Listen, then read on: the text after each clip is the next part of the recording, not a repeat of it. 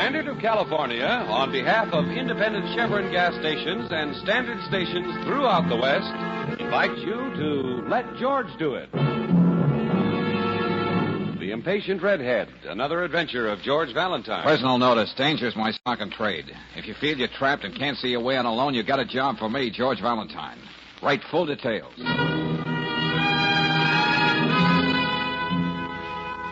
Dear Mr. Valentine, if this sounds like a letter to a lovelorn column, that's exactly what it is. I've been seeing a man for the last 6 months. I love him, and I can swear he loves me, too. I must know what it is that's keeping him from admitting his feelings. What is he afraid of? Is there a secret in his life he can't share with me? All this you must find out. Must find out because I must bring things to a head somehow. Uh-huh. I shall be in my apartment at the Raleigh Towers all day waiting for you. And it's signed Blanche Legler. Blanche Legler. Yeah, that'd be the daughter of the late beer baron, Otto Legler. Sure, Legler's Lager, the brew with tradition. Yeah, she must be worth millions, Brooksy. I wonder what does make this guy so backward about being forward. Well, maybe the gentleman has a wife and 4 kids in Hackensack. Well, there's no harm in talking to Blanche. No matter what happens, I bet you get a cold bottle of beer out of it. Well, you know I'm dying of curiosity. But I've got to stay here and wait for that long-distance call you're expecting from Detroit. Oh, well, now, don't take it to heart, Angel. Whatever Blanche Legler has to confide, I'll let you have it in gaudiest detail. See you later.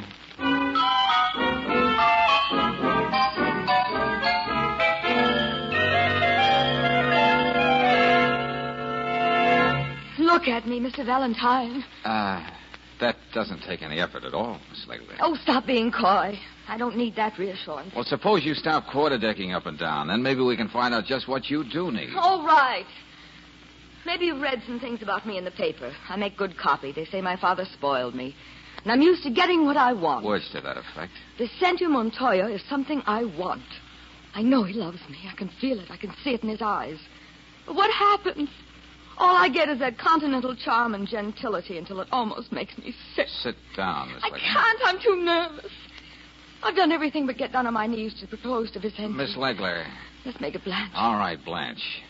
Now, aside from the glint in his eye, how do you know you're the only woman in his life? Oh, I know there have been others, George. One after another for a year, and all of them redheads. Well, that's very interesting. You're right in the tradition, then. Yes, there was a parade of redheads. Every night a different one, sitting with him at the same table in the Oval Room at the Stafford Hotel. But for the last 6 months, I've been the only one. Well, Blanche, maybe you're playing it wrong. It might be a good idea if you were on a defense. Play hard to get, instead of leading with your left. Oh, don't be naive, George. I've tried being elusive and oh, so very feminine. That doesn't work either. I see. Well, from what you told me, this Vicente character is an exceedingly polished gentleman, son of a Spanish marquess and stuff. So what? Take another look at me.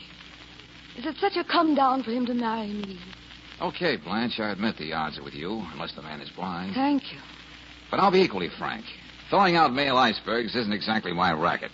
Nor is snooping into people's private lives, except when they've definitely strayed from the straight and narrow. Can't you use a big fat fee? Oh, sure, always. But not if it's going to make me unhappy with myself. I suppose I can assure you it won't be snooping.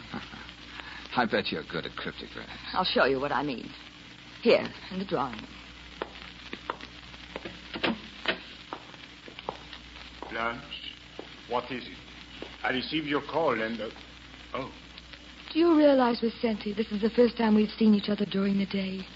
It's always been the Oval Room at night. That is no matter. Is there anything wrong? Oh, this is Mr. Valentine, Mr. Montoya. How do you do? How do you do? Vicente, this seems to be the day for frankness. Como? I hired this man to find out what it is that stands between us, darling. You did this, Blanche? Why? Why? Now, look... Oh, come now, George. You can't call it snooping when we put all our cards on the table. That you did this is very unfortunate, Blanche. Well, what did you expect me to do? Do you think I sat there all those evenings just to sample all the rare wines you ordered with such authority? Or indulge in glib conversation? Please, Blanche. Whatever is keeping you from saying what you feel I want to know, bring it out in the open. I'll stand by you, Vicente. Was there not a young man named Tommy Sloan? I should never come into your lives, Blanche. Goodbye. Oh, Mr. Valentine. Yeah? I know Blanche's power of persuasion, but if I were in your place, I would not pursue this matter any further. It would bring no good to anyone, especially you. What's that supposed to mean? This just happens to be a day for frankness, as Blanche says. Adios. Well, George? Well, in his polite way, Senor Montoya carries a very big chip on his shoulder. I wonder what would happen if I knocked it off. Why don't you? I think I will, Blanche. We're in business.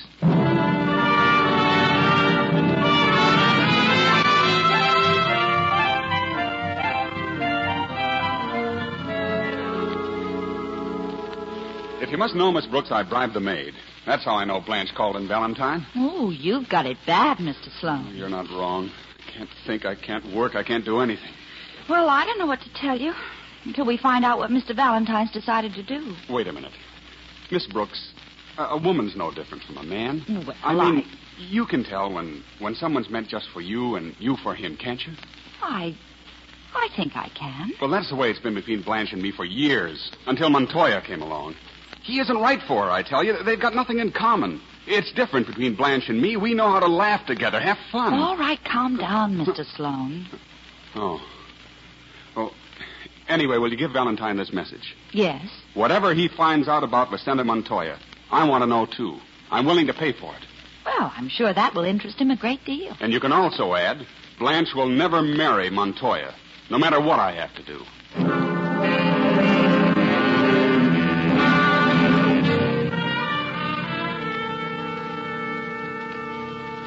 Yeah, Brooksy, that's very interesting about Tommy, but it's hardly news. Well, you must have got around this morning, darling. Yeah, and here's the net results.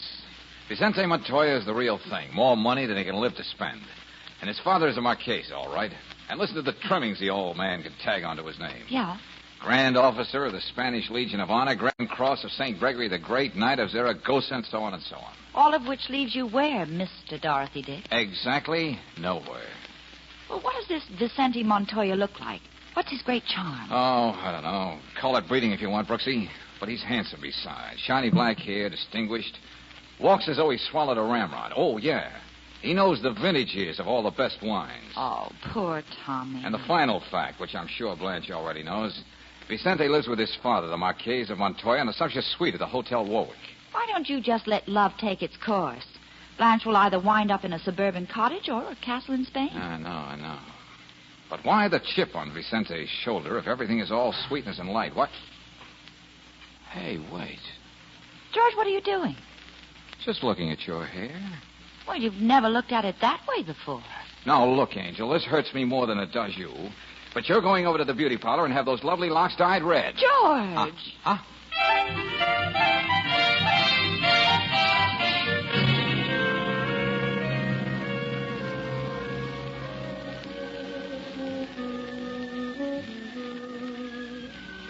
I suppose you wonder why I had the head waiter ask you to come over to my table. I was curious enough to join you, wasn't I? I'm very grateful, Miss Brooks. Oh, Henri, Yes, Senor Montoya. a bottle of sherry. You know, the only year I think is worthy of a great occasion. Oh, of course. The moment you walked in, I noticed your hair. It is truly very lovely. Oh, thank you. I'm not just making idle conversation, please believe me. All the men in the Montoya family, as far back as anyone can remember, have chosen women who have red hair. Oh, well, no wonder when I walked in you didn't take your eyes off me for a moment. I only know of one woman with red hair more beautiful than yours. I should get up and leave you, Mr. Montoya. No woman likes to think herself second best. Where's your gallantry? I'm afraid I lost it, along with a great many other illusions. Well, we're going to do something about that tonight. When you came in, I thought you might be able to take her place.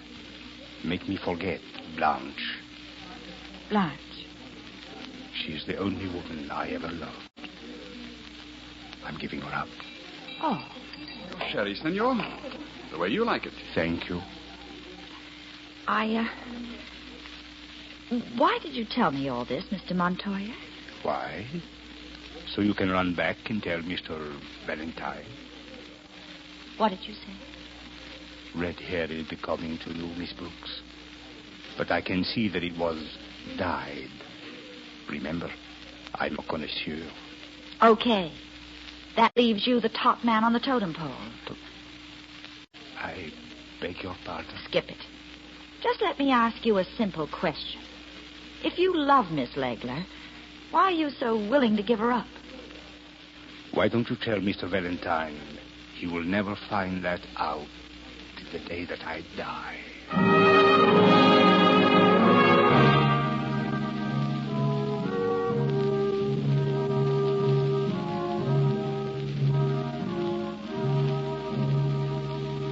You must excuse me, Mr. Valentine, but I'm really listening. Okay, have it your way, Marquise, but I don't believe you. Did you ever think, senor, that in a long life one learns much? Yes, I know, but about your son. One learns about many things. Now, these pistols, the largest private collection of Spanish dueling pistols in the world. Congratulations. I make it a point to spend an hour a day with them, oil them, polish them, see that they withstand the passage of time. But go on, senor. What were you saying? All right, here it is. Your son is in love, but he won't dare admit it. Do you know why? Senor, my son is not a simpering girl, and I'm not a dueña to watch over him every minute. What is he afraid of? You ought to know. You're his father. Strange about this pistol. The barrel hardly moves. Let's see. You're holding out on me, Marquise, and I'm a pretty stubborn guy. Hey! Why, that almost took my ear off. Oh, I'm so sorry, Senor Valentine. I was sure there was no bullet in that pistol. Yeah.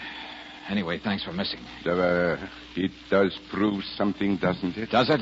If you insist on handling something you know is dangerous, you can expect your head to be blown off. No es verdad, senor. Oh, sure, you're so right, Marquis.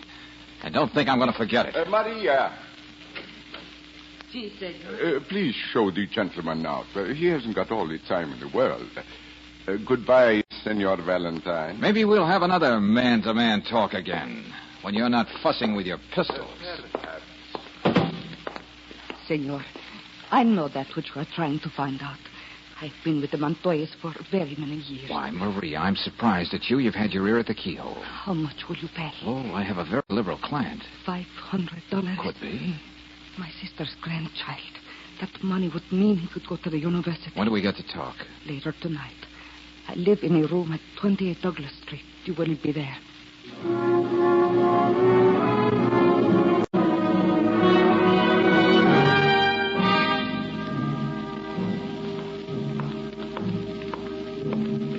This ought to be room 6, Brooksy, over here. Tomorrow I'm going to have the most expensive shampoo at Rudolph's and put it on the office expense account. Well, you're welcome to it, Angel. I don't know if it's polite, George, but the door is open. Yeah, so it is. George, she's asleep. Maybe it'd be better if we came back in the morning. Wait a minute, Brooksy. Even when people sleep, they manage to breathe. But Now, wait. Let me see. Brooksy, Maria's asleep. She's dead. Oh. There's no sign of violence. Maybe this empty bottle on the bed table means something. I don't know, but this note here does. What does it say, George? When you will find me, I am dead. I know now I could not tell you the secret of the Montoyas and go on living in peace and honor, so I do this thing. Forgive me, Maria.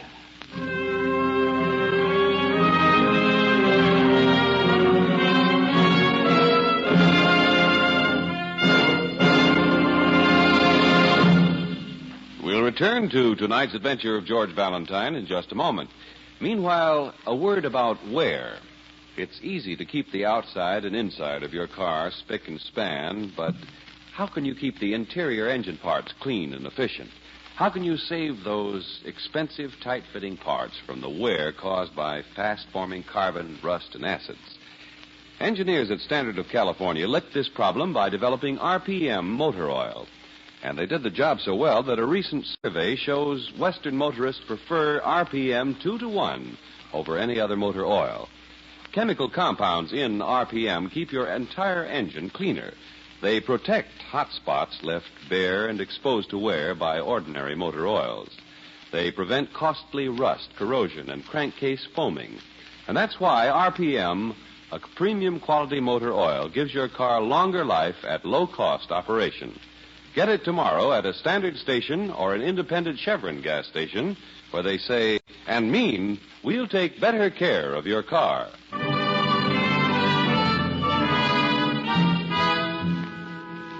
And now, back to tonight's adventure of George Valentine. Well, a fiery, red-headed heiress hires you to find out all you can about a certain Spanish nobleman. He's what she wants. So, with some reluctance, you take the case, only to find yourself threatened with violence on all sides. What's more, the faithful old servant of the Montoya family prefers suicide to revealing the secret that you know is there. But being as stubborn and curious as George Valentine, you pay a visit with Claire to the old Marquise of Montoya. I don't know if I want to talk to you tonight, Mr. Valentine. Miss Brooks. Sorry, Marquise, but you're going to have to. May I get you a glass of sherry, young lady? I'll call Maria. No, nobody will call Maria anymore. I cannot get used to the idea. You see, she has been in the family so many years. Which just about brings us to the point, doesn't it, Mr. Montoya? Yeah, there's no question that Maria committed suicide. But that's not enough for me. What made her do it? What makes any of us do what we do with our lives? In the note she left, she said something about not being able to live in peace or honor. In our country, more important than bread and water, or even life itself, are dignity and honor. Marquise, you knew Maria was going to tell me whatever it is you and your son are trying to hide. There is very little I do not know that goes on in this house. Well, then let's not mince words. You forced her to kill herself. That is very harsh, Mr. Valentine, and not true. What is true, then? I merely reminded her of the years we considered her a member of the Montoya family and the kindness we showed her. I never meant it to be more than a reminder. I never thought that she would go so far. Uh-huh. But it was better for you rather than have a talk. Think what you please, Senor Valentine.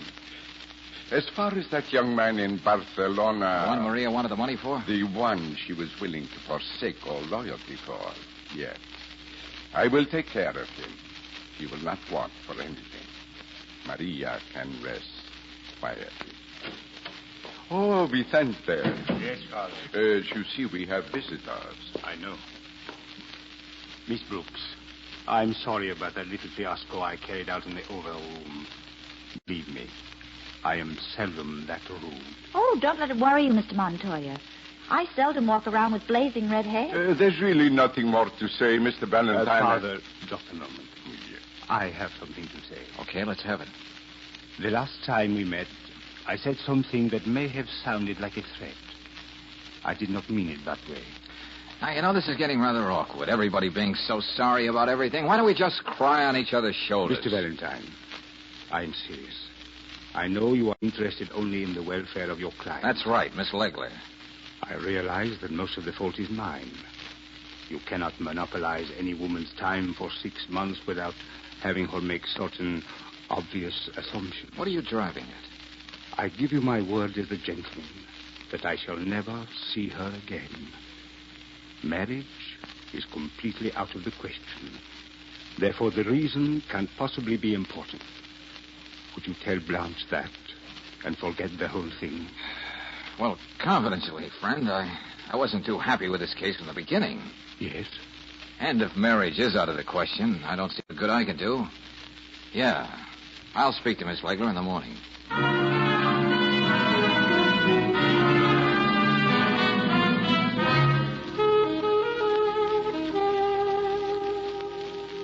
And so that's how it is, Blanche. And I'm inclined to agree with Vicente. So how about dropping the whole thing? Maybe the day after tomorrow. You think that's pretty good advice. Since I was 4 years old, Miss Brooks, the only advice I've taken was my own. I want to talk to you, Blanche. Oh, tell me, what are you doing here?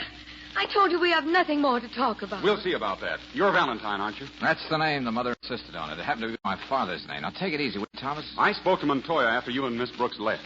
Vicente certainly had a busy evening. Blanche, why don't you get it through your crazy little head? Vicente doesn't want you.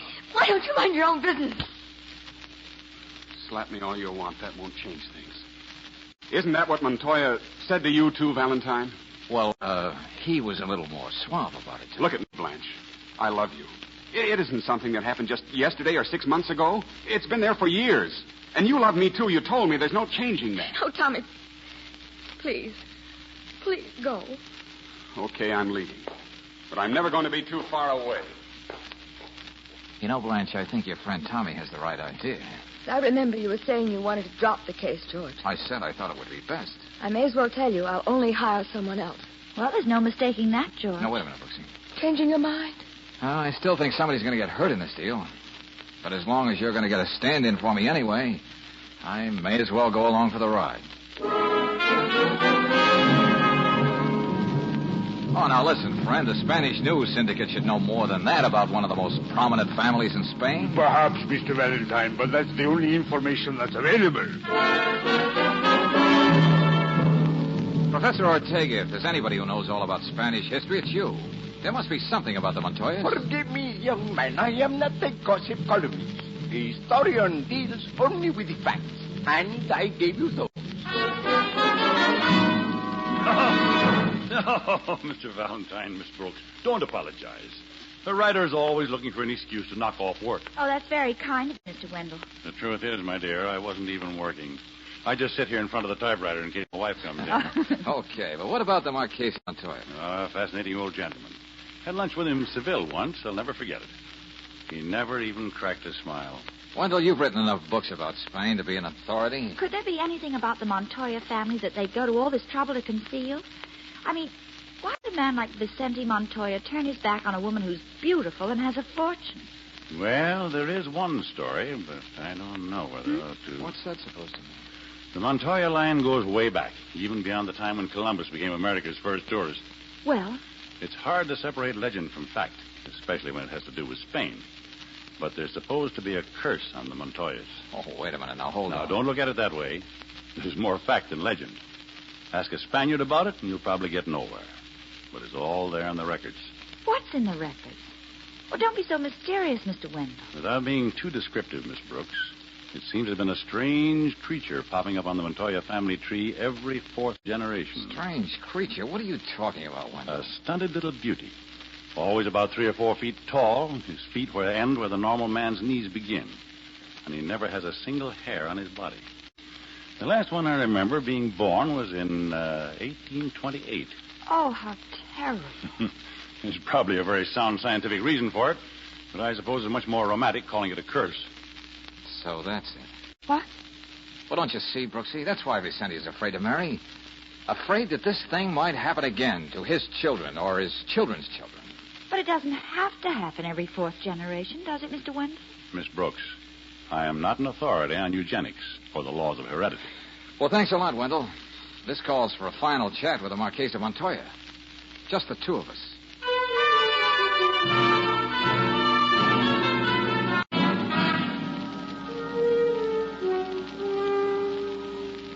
So you did find out, young man. Oh, I get all kinds of jobs, Marquis. Some I like, some I don't. Now you understand why it had to be kept a secret. Mm-hmm. And I'm willing to leave it that way. I'll think of a good reason to give Blanche so she'll have no more questions to ask. Gracias. Suppose I say that Vicente has a wife in South America.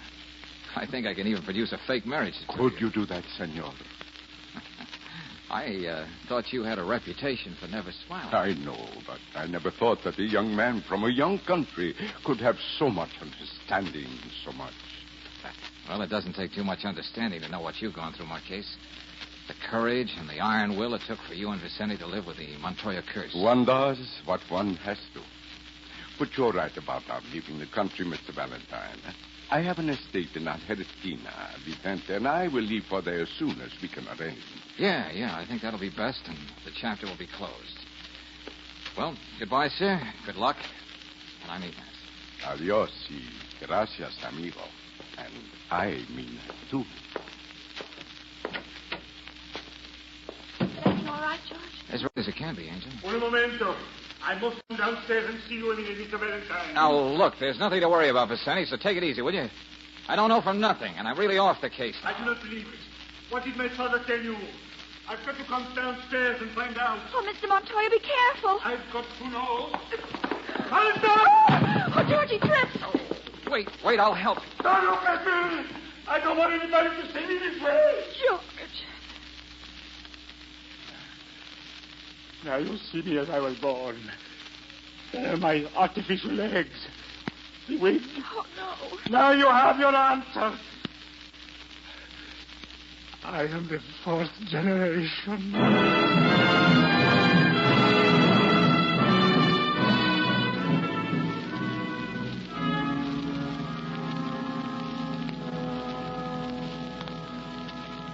George, I don't think I'll ever forget the sight of Vicente Montoya scuttling up those stairs. Well, why don't you try remembering that Blanche and Tommy are going to get married next week? That's a much heavier notion. Yeah. You know something? Well, speaking as a woman, I think deep in her heart, Blanche was happy when you came up with that whopper about Vicente having a wife. I don't think that white lie will be held against me. Oh, I'm sure it won't. But, George, when you were inside talking to the Marquise, you suspected the truth, didn't you? Oh, Brooksy, it was a weird thought I didn't even want to admit to myself. But I kept thinking of Vicente's stiff mechanical walk. Yes? And Wendell did say that last time this happened was about 1828. The next time would be around 1900, about the time Vicente was born. You know, I think this whole thing was a horrible dream if you weren't standing right beside me. Oh, but I am here, Angel. And you want me to show you how real that is? Oh, you're so right.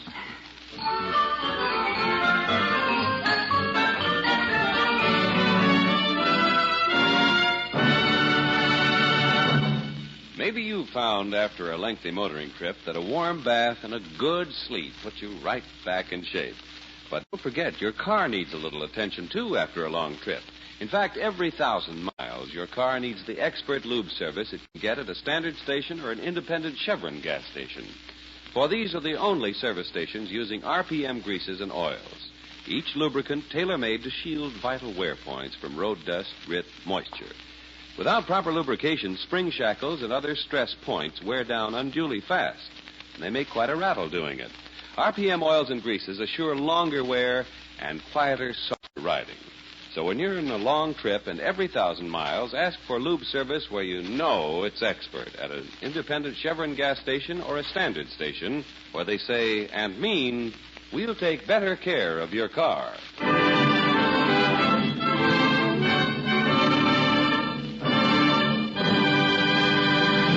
Next week, when you tune our way for another adventure of George Valentine, you'll hear... Well, here's just about everything on the case, except the receipt. Brooksy, I outsmarted myself and missed the boat. But, George, Jeffries wouldn't break into his own desk to steal it. It doesn't seem that he... Hey, wait, you know, Angel? Maybe I didn't miss the boat after all. What do you mean? Now, look, you get out of here fast, grab a cab, back to the office, but be sure nobody sees you. But what about you, George? I'll be back there in a few minutes. And, Brooksy, I'm pretty sure we'll have a visitor.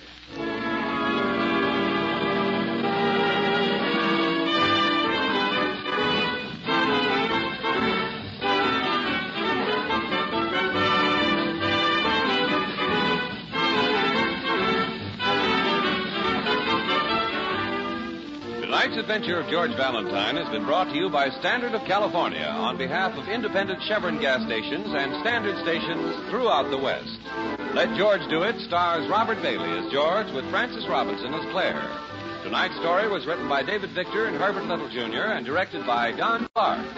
Also heard in the cast were Jay Novello as Vicente, Lorene Tuttle as Blanche, Pedro de Cordova as the Marquise, Ken Peters as Tommy, and Virginia Gregg as Maria. The music is composed and conducted by Eddie Dunstetter. Your announcer, John Heaston.